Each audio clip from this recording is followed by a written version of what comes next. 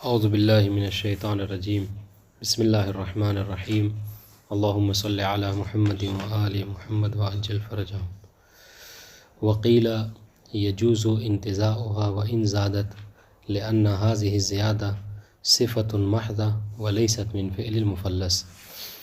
بات ہماری چل رہی تھی کہ اگر مفلس یعنی وہ شخص کے جو مدیون ہے، قرض لیے ہوئے ہے اور جو ہے وہ قرض کی ادائیگی کے لیے اس کے پاس مطلب پیسے نہیں ہیں، ٹھیک ہے، تو شارع اس کو جو ہے وہ محجور کر دیتا ہے کہ تم اپنے مال میں جو ہے تصرف نہیں کر سکتے، پھر اس کا جو مال ہوتا ہے اس کو بیچ کر قرض کی ادائیگی کی جاتی ہے۔ تو اس سے پہلے بہرحال اس مسئلے کا وقیلہ سمجھ لیجیے دوسرا قول ہے، تو اس سے پہلے اس مسئلے کا جو پہلا قول ہے وللمالک انتزاع الصلاح، اس کو سمجھنا ضروری ہے۔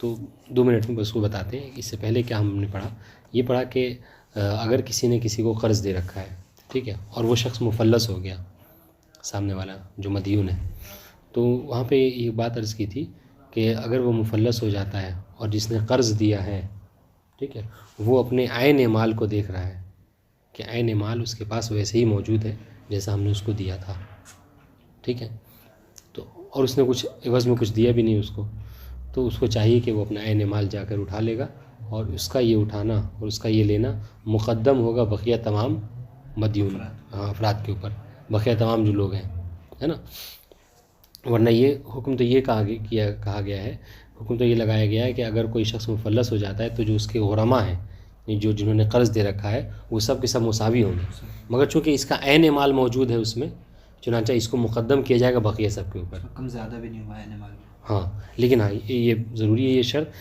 یہ اس وقت اس کا لینا جائز ہوگا، ٹھیک ہے، کہ جب عین موجود ہو اور اس عین میں کوئی زیادتی متصل نہ ہوئی ہو۔ یہ بات یہ جاتی زیادتی، اور ایسی زیادتی کہ جو متصل ہو، زیادتی متصل اسے کہتے ہیں کہ جو عین سے کبھی جدا نہیں ہو سکتی، جیسے چھوٹا تھا بڑا ہو گیا، ہے نا، وہ درخت ہے مثلا، تو درخت جو ہے وہ طویل ہو گیا، واضح انشاءاللہ۔ تو یہ ساری چیزیں ایسی ہیں کہ جو عین سے جدا نہیں ہو سکتی، تو کہہ رہے ہیں کہ چونکہ زیادتی متصل اگر نہ ہوئی ہو اور عین ویسے ہی کہ ویسی موجود ہے، تو اس کو چاہیے کہ وہ لے لے، واضح انشاءاللہ۔ یہاں پہ ایک قول تھا، اب یہ جو ہے وقیل یجوزوں میں ہمیں یہ پڑھنا ہے کیا، یہاں پر ایک قول ہے، اور قائل جو ہیں وہ شیخ طوسی ہیں، اور محقق اور علامہ جو ہے اپنی کتاب قواعد میں، انہوں نے کیا کہا ہے، یہ کہتے ہیں، دیکھیے گا، اب اس سے پہلے ہم نے کیا پڑھا، مصنف نے کیا کہا کہ اگر عین موجود ہے اور اس میں کوئی زیادتی نہیں ہوئی ہے، زیادتی متصلہ، تو عین کو چاہے تو مالک لے سکتا ہے، واضح انشاءاللہ، اور یہ مقدم ہوگا بقیہ تمام غرماء کے اوپر۔ یہاں پر یہ کہہ رہے ہیں شیخ طوسی اور علامہ کہ کہہ رہے کہ نہیں، حتیٰ کہ زیادتی ہوئی ہو مفلس کے مال میں، جو عین ہے اس میں زیادتی ہوئی ہے، زیادتی متصلہ، مثلا موٹا ہو گیا جانور، یا پھر جو درخت ہے تو وہ طویل ہو گیا، تو کہہ رہے ہیں چونکہ یہ ساری زیادتی ایسی زیادتی ہیں کہ جو مفلس کا اس میں دخل نہیں ہے۔ اب جیسے درخت ہے تو وہ طویل ہو جانا درخت ہے، یہ تو ایک طبیعی چیز ہے کہ اگر وہ کچھ مدت تک رہے گا تو وہ طویل ہو جائے گا، ٹھیک ہے، تو کہہ رہے ہیں کہ چونکہ یہ صفت محضہ ہے، صفت محضہ یعنی کیا مطلب، یعنی ایسی صفت ہے کہ جو بہرحال ہونی ہی ہونی ہے، اس میں کسی کا کوئی دخل نہیں ہے، سمجھ رہے ہیں، تو اس وجہ سے چاہے وہ مالک جو ہے وہ جس طریقے سے پہلے لے سکتا تھا عین کو، ابھی بھی لے سکتا ہے، گرچہ کیا ہے زیادتی متصل ہوئی کیوں نہ ہو۔ یہ شیخ طوسی کا کہنا ہے، شیخ طوسی اور علامہ کا ہے نا، واضح انشاءاللہ، مصنف کا نہیں ہے۔ نہیں۔ کیوں ایسا کہہ رہے ہیں، جو ان کی دلیل سنیں، ان کی دلیل یہ ہے کہ چونکہ یہ جو زیادتی متصلہ ہے یہ فعل مفلس سے نہیں ہے، مفلس نے کوئی ایسا فعل انجام نہیں دیا جس کی وجہ سے اس میں زیادتی ہوئی ہو، واضح انشاءاللہ، اس لیے تو یہ ایک دلیل یہ ہے۔ جب دلیل کیا ہے کہ چونکہ مفلس کا کوئی دخل نہیں ہے اس کی زیادتی میں، لہٰذا اس کا مال شمار نہیں ہوگا، اور یہ مال ابھی مالک کی ملکیت میں، چنانچہ وہ چاہے تو اس کو لے سکتا ہے، ایک دلیل۔ دوسری دلیل کیا ہے، ان کی دوسری دلیل جو یہ وقیل کی ہے، دوسری دلیل یہ کہ چونکہ جو روایتیں ہیں، روایت عام ہے، روایت کا جملہ کیا ہے، من وجد عین مالہ فہو احق بہا، کہ اگر کوئی شخص اپنا عین مال کہیں پہ پاتا ہے تو وہ اس کا زیادہ حقدار ہے کہ اس عین کو لے لے۔ دیکھیے اس روایت میں مطلق کہا گیا ہے، جس کا بھی عین مال کہیں پہ پائے وہ تو اس کو لے سکتا ہے، اس کو کم یا زیادتی کی اس میں قید نہیں لگائی گئی ہے، واضح انشاءاللہ۔ تو یہ 2 دلیل ہے جس کی وجہ سے، تو یہ تو دیکھیں، اب میں آپ کو بتاؤں کہ انتزاع سلام ہے، یعنی اس کو متاع کے اخذ کرنے میں، مال کے لینے میں، عین کے لینے میں 2 اقوال ہو گئے، ہے نا، ایک مصنف نے اس کو عرض کیا کیا کہ مالک چاہے تو عین کو اگر زیادتی متصلہ نہیں ہے تو اس کو لے سکتا ہے. دوسرا قول کیا ہے کہ نہیں حتیٰ کہ زیادتی متصلہ ہے مگر چونکہ وہ فعل مفلس نہیں ہے چنانچہ اس کو لے سکتا ہے. تیسرا قول کیا ایک اور قول یہ ہے کہ ہاں کہ اگر زیادتی ہوئی ہے تو زیادتی متصلہ کی صورت میں بھی اس کو چاہے تو مالک لے سکتا ہے. ٹھیک ہے. ابھی جو زیادتی ہوئی ہے جو متصلہ کہہ رہے اس میں وہ جو مال زیادہ اس میں شریک ہو جائے گا کون مفلس اس کے ساتھ. واضح انشاءاللہ. آخر والا یعنی کیا مطلب دیکھیے مثال کے طور پر جب اس نے جانور کو دیا تھا ٹھیک ہے تو اس جانور کی قیمت جو مثال کے طور پر 1,00,000 دینار تھی لیکن اب وہ موٹا ہو گیا تو اب اس کی قیمت کتنی ہو گئی 1,25,000 دینار ہو گئی. تو کیا کہہ رہے ہیں کہ وہ اس کو عین کو لے لے گا مالک. ابھی جو 25,000 ہے وہ جو ہے اس کا شریک ہو جائے گا مفلس اس میں آدھا لے لیں گے اس میں سے. واضح انشاءاللہ. تو یہ تیسرا قول واضح انشاءاللہ. یہ کس کا ہے تیسرا ایسے ہی جی یہ تیسرا قول جو ہے وہ یہ بھی علامہ کا قول ہے لیکن ابن جنید الاسقافی کے جو ہے وہ اس میں کیا کہتے ہیں ان کی طبیعت میں ہے یہ. اگر آپ کے پاس نسخہ جو ہے وہ تحقیق شدہ ہے تو اس میں سب کے اقوال جو ہوتے ہیں وہاں پہ نیچے لکھا ہوتا ہے. تو میں بھی جو بتا رہا ہوں یہاں پہ نیچے لکھا ہوا ہے قالہ العلامہ تبعا للاسقافی. اسقافی کی طبیعت میں علامہ نے اس قول کو نقل کیا ہے. واضح انشاءاللہ. اب سنیے تو یہاں تک بات کیا تھی کہ جو زیادتی ہے وہ زیادتی متصلہ تھی. اب سنیے اب کہتے ہیں کہ وہ جو عین اس نے دیکھا کہ مفلس کے اچھا لیکن ایک بات اور یاد رہے ابھی ہماری ساری بات کس کے اوپر ہو رہی ہے مفلس کے بارے میں. میت کا الگ حکم ہے ٹھیک ہے. ہاں میت اور مفلس میں مخلوط نہیں کرنا ہے. ابھی ہماری ساری بات جو کیا ہے کہ وہ جو مالک اپنے مال کو لے رہا ہے وہ اس وقت ہے کہ جب سامنے والا مفلس ہو گیا. جی ٹھیک ہے. ہاں میت کا الگ مسئلہ ہے. اب سنیے اب ایک اور قول کیا کرے کہ یہ جو مال ہے ٹھیک ہے اس میں زیادتی تو ہوئی ہے لیکن زیادتی اب تک ہم کیا کہہ رہے تھے متصلہ تھی نہیں. اب یہاں پر زیادتی منفصلہ ہے. مثلا اس نے جو جانور دیا تھا اس کی یہاں ولادت ہو گئی ہے ٹھیک ہے. یا پھر مثلا زیادتی منفصلہ کی مثال اور کیا کہہ سکتے ہیں مثلا جو درخت دیا تھا اس وقت پھلدار نہیں تھا اب وہ درخت پھلدار ہو گیا ہے. واضح. یا پھر اس نے جو کپڑا دیا تھا قرض کے لیے اس نے کیا کیا اس مخروز نے اس کو جو سلائی کر دی اس کی تو اس کی ذات اس کی قیمت بڑھ گئی. تو یہ جو زیادتی منفصلہ ہیں کہ اگر یہ ہو جیسے مثال دے رہے ہیں اس کی ٹھیک ہے. تو اس جو مثالیں ہم دی تو کیا کہہ رہے ہیں تو کہہ رہے ہیں لم یمنع من الانتزاع. تو یہاں پر بھی اس کو منع نہیں کیا جائے گا لینے سے.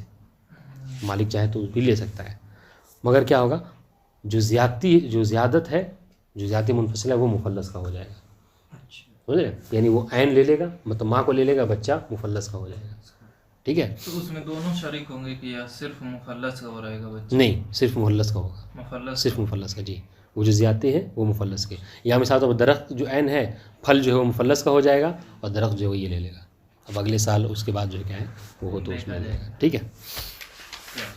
یہ پڑھتے ہیں پھر اس کے بعد سے اب پھر میت والی بات ہے. ٹھیک ہے. یہ اس کو پڑھیے دیکھیے. تو یہاں اس سے پہلے تو وہ للمالک انتزاع الصلاح صرف عبارت پڑھتے ہیں مصنف کی تاکہ اس سے ربط ہو جائے. کہہ رہے وللمالک انتزاع الصلاح مصنف کی بات سے پڑھیں گے کہ مالک کو حق ہے کہ وہ کیا کرے اپنے صلاح یعنی متاع سامان عین اپنے سامان کو لے لے. ٹھیک ہے. انتزاع کر لے عکس کر لے لے لے. ٹھیک ہے. فی الفلس کب جب سامنے والا صرف عبارت مصنف پڑھ رہے ہیں فی الفلس کب جب سامنے والا جو مخروز ہے وہ مفلس ہو گیا ہے. ٹھیک ہے. لیکن کب لے گا وہ اس کے لیے جائز ہے کہ اس وقت اس کے لینا جو ہے وہ صحیح ہوگا اذا لم تزد زیادت متصلہ جب عین میں کوئی زیادتی متصلہ نہ ہوئی ہو. یہ ایک قول ہے مصنف کا. ٹھیک ہے. اب سنیے یہ آج کا درس ہے. وقیل یجوز انتزاعہ وان زادت. واضح انشاءاللہ. تو مصنف کا ایک قول ہو گیا. دوسرا قول کیا کہہ رہے کہ نہیں وقیل یجوز انتزاع کے ذمہ پلٹائیں گے صلاح کی طرف. یہ جائز ہے. ٹھیک ہے. مالک کے لیے صلاح کا اخذ کر لینا وان زادت زیادت متصلہ گرچہ زیادہ متصلہ ہی کیوں نہ ہوئی ہو. وہاں پہ کیا کہہ رہے تھے زیادہ متصلہ ہے تو نہیں لے سکتا.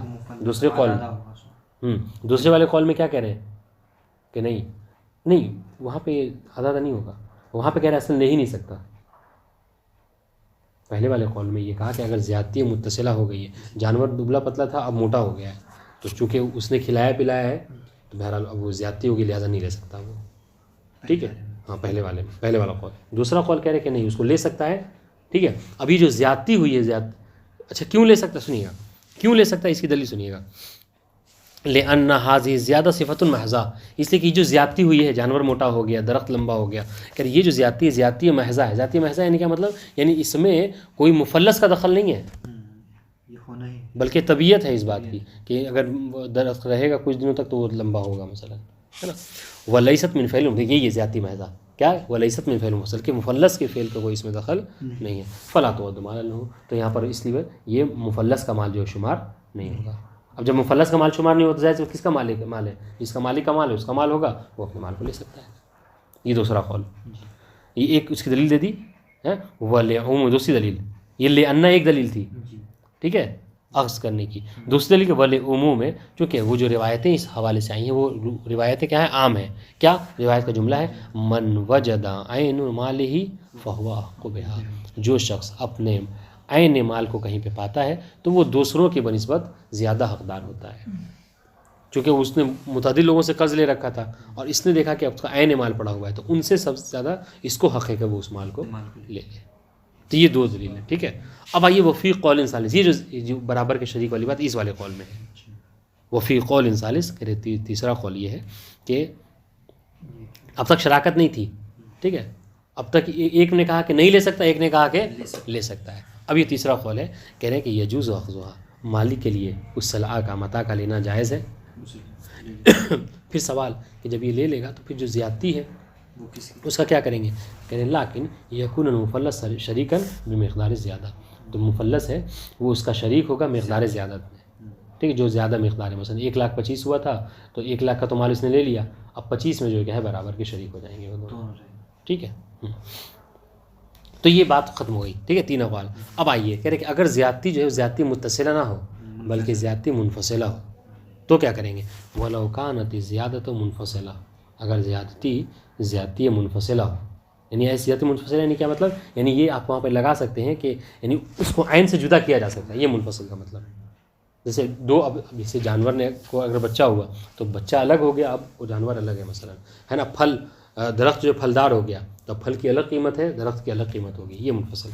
وَلَوْ كَانَتْ زِيَادَةُ مُنْفَصِلَةً، جیسے مثال دے رہے ہیں كَالْوَلَدْ وَإِنْ لَمْ يَنْفَصِلْ، ہاں جیسے بچہ جانور ہے بچہ دار ہو گیا، ٹھیک ہے، تو کیا ہے وہ زیادتی منفصل ہے. وَإِنْ لَمْ يَنْفَصِلْ، دیکھیے گا اب یہ ایک گویا کہ ان لم ينفصل ایک سوال کا جواب دے رہے ہیں، کہہ رہے کہ اگر ایسا ہو کہ جب اس نے دیکھا تو جانور مثلا کیا ہے حمل ہے اس کے وہاں، ہے نا، ابھی بچہ نہیں ہوا ہے تو کیا کریں گے؟ تو کہہ رہے ہیں گرچہ ابھی بچہ ہوا نہیں ہے، ٹھیک ہے، حمل کی صورت میں بھی زیادتی منفصل ہے. حاضر ان شاء اللہ. وَإِن لَمْ يَنْفَصِلْ، گرچہ بھی بچہ پیدا نہیں ہوا. وَالثَّمْرَةُ وَإِن لَمْ تُخْطَفْ، پھل جو ہے وہ کیا ہے درخت پہ آ گیا ہے مگر اس کو بھی توڑا نہیں گیا ہے، سمجھ رہے ہیں، تو یہ بھی کیا زیادتی ہے، زیادتی اور زیادتی منفصل ہے. لم یمنع من الانتظار، ان صورتوں میں اس کو مالک کو لینے سے منع نہیں کیا جائے گا. حاضر ان شاء اللہ، وہ چاہے تو لے سکتا ہے. ہاں مفلس لے سکتا ہے، نہیں مفلس تو اس پہ مفلس بھی مالک لے گا، مفلس کیسے لے گا؟ جو زیادتی ہے تو مفلس بھی دے گی نا، جیسے بچہ اب جو زیادتی وہ مفلس کی، دیکھیں آگے والا جملہ ہے وَكَانَتِ الزِّيَادَةُ لِلْمُفَلَّسِ، اور جو زیادتی ہے وہ یعنی اب جو بچہ ہوگا وہ مفلس کو دے دے گا. اگر بچہ ہو گیا ہے تو دے دے گا، اور اگر بعد میں ہونے والا ہے تو جب بچہ پیدا ہوگا تب اس کو جو لا کر دے دے گا. جب درخت سے پھل توڑا جائے گا تو وہ پھل لا کر اس کو دے دے گا مفلس. واضح انشاءاللہ.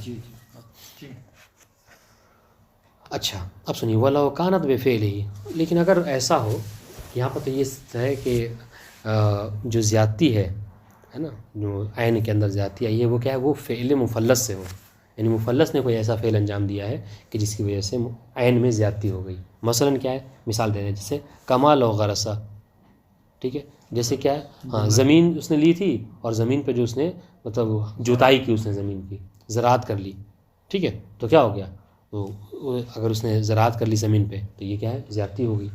اس طریقے سے اور صبغ الثوب، کپڑا لیا تھا اور کپڑے کو جو کیا اس نے رنگ دیا مثلا، تو یہ زیادتی کون سی متصل ہے، پہلے والی زیادتی منفصل، اب یہ زیادتی متصل، ٹھیک ہے. او خاتہ، یا کپڑا لیا اور کپڑے کو سلائی کر دی اس نے، زیادتی منفصل کی مثال، ٹھیک ہے. او طحن الحنطہ، اس پہ لکھ دیجئے گا، یا پھر گیہوں لیا اور اس کو کیا کیا، پیس دیا اس نے، آٹا بنا دیا، زیادتی متصل جدا نہیں ہو سکتی. تو کہہ رہے ہیں یہ سارے افعال کیا ہیں جو مفلس نے انجام دیے ہیں، تو مفلس کے فعل کی وجہ سے اس میں کیا ہے زیادتی ہوئی ہے، ٹھیک ہے. تو کیا ہوگا، کہ کانا شریکن بنسبت زیادہ، تو یہاں پر کیا ہوگا وہ جو جو زیادتی ہوئی اس میں وہ شریک ہوگا. واضح ان شاء اللہ. یعنی ان دونوں کو پرسنٹ کے حساب سے دیا جائے گا. لیکن اگر زیادتی مثلا مخلص کے فعل سے نہ ہو، ایسی دیا تھا کوئی چیز زیادہ ہو گئی، مخلص نے اس میں مثلا کوئی ایسا کام نہیں کیا تھا تو مفلس تو اس تب بھی مفلس کا ہوگا. تب بھی مفلس کا ہوگا. تو اس میں اقوال ہے. اچھا اگر منفصل ہے، ہاں منفصل یا متصل ہے؟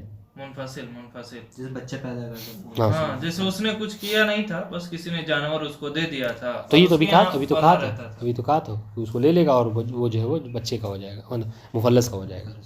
یہ پہلا والا قول اسی کا تھا کہ ذاتی منفصل ہو تو کیا اس کو مالک کو لینے سے منع نہیں کریں گے، اور وہاں پر کیا ہو جائے گا، وہ مال اس کا مفلس کا ہو جائے گا. متصل میں 2-3 قول. جی متصل میں 3 قول ہے، منفصل میں جو ہے وہ یہاں پہ 2 صورتیں ہیں. بفعلی، ہاں بفعل المفلس، وہ اس طریقے سے پڑھیں گے. کانت میں ہیا کی زمین پلٹے کی طرف، زیادت کی طرف. اور زیادت کون سی زیادتی، متصلہ ہو یا منفصلہ؟ دونوں. تو اگر مفلس نے اس میں کوئی کام کیا ہو تب نہ ہاں اگر مفلس نے کوئی ایسا کام انجام دیا ہے کہ جس کی وجہ سے زیادتی، اب یہ جو حکم ہے یہ دونوں کی طرف پلٹائیے آپ، صرف ایک کی طرف نہیں منفصل، چونکہ مثالیں جو دی ہیں اس میں متصل منفصل دونوں کی ہیں. اب تک کہہ رہے تھے کہ جو زیادتی آئی ہے وہ زیادتی مفلس کے فعل سے نہیں آئی. آپ دیکھیں نا، جیسے اب تک کیا تھا، اب تک مثال یہ دے رہے تھے کہ درخت لیا، درخت بڑا ہو گیا، اس نے تو کوئی ایسا کام نہیں کیا. یا پھر مثال کے طور پر اس نے جانور لیا، جانور خود بخود کھلایا پلایا تو موٹا ہو گیا مثلا. واضح ان شاء اللہ.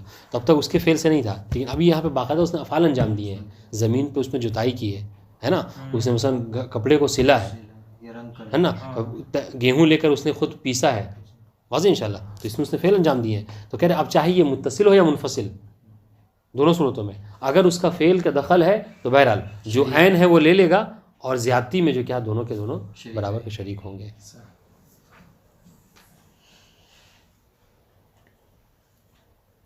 ٹھیک ہے. کانا شریکن بنسبت زیادہ، تو وہ جو زیادتی کی قیمت، مثال طور پر گیہوں کی قیمت تھی 10 روپے، آٹا جب ہو گیا تو اس کی قیمت 20 روپے ہو گئی. ٹھیک ہے. تو ابھی جو 10 روپے کا زیادتی ہے اس میں 5 لے کے آدھا لے لیں گے، وہ سمجھ رہے ہیں، یعنی 15 یہ لے لے گا، 5 وہ لے لے گا. ٹھیک ہے.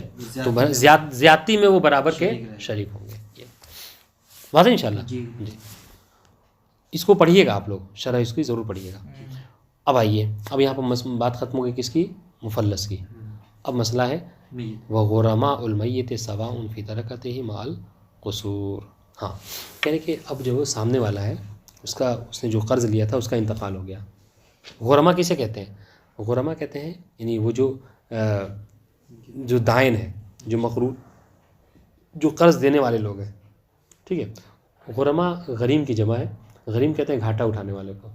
اچھا اس کو یہاں پہ غرماء کیوں کہا جاتا ہے ان لوگوں کو؟ کہ چونکہ بیچارے بہرحال ان کا گھاٹا ہوتا ہے، نقصان ہوتا ہے، چونکہ اس نے قرض لیا، قرض لے کے اس کا انتقال ہو گیا. ٹھیک ہے. جب انتقال ہو گیا اور اس کے پاس نہیں تھا، البتہ یہ یاد رہے کہ مطلب مفلس تھا، وہ مفلس غریب ہو گیا، نہیں دے سکتا تھا اور وہ انتقال کر گیا. ٹھیک ہے. تو کہتے ہیں کہ اب تو ان لوگوں کو عین مال جتنا دیا تھا اتنا تو نہیں ملے گا.